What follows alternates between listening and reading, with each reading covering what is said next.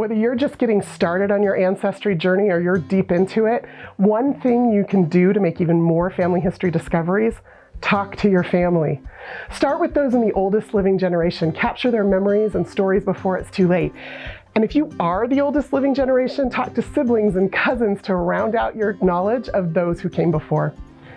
Here are 3 questions to ask any family member to get the conversation started. What is your favorite memory of your grandparents?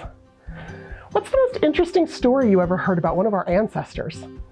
Which one of your siblings or cousins were you closest to, and why? Questions like these yield so much more than just yes or no answers.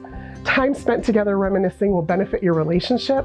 Stories told will enrich your family history.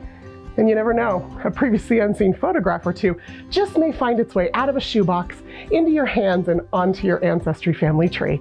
And that's Genealogy in a Minute.